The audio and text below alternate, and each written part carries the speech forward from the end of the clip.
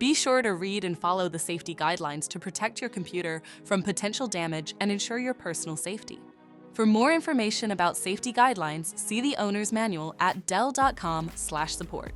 Before you begin, turn off the computer and disconnect all the attached peripherals. To remove the hard drive, unlatch and remove the system's base cover.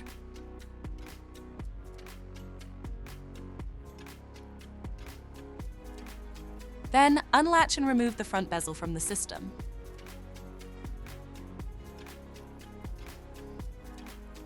Find the front panel and flip it over.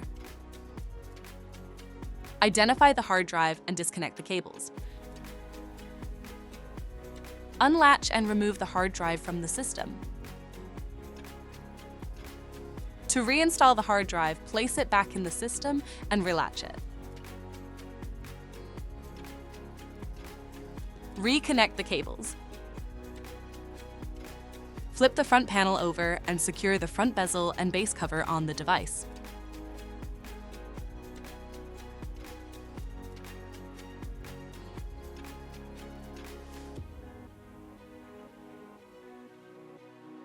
For more information about your Dell system, visit dell.com/support.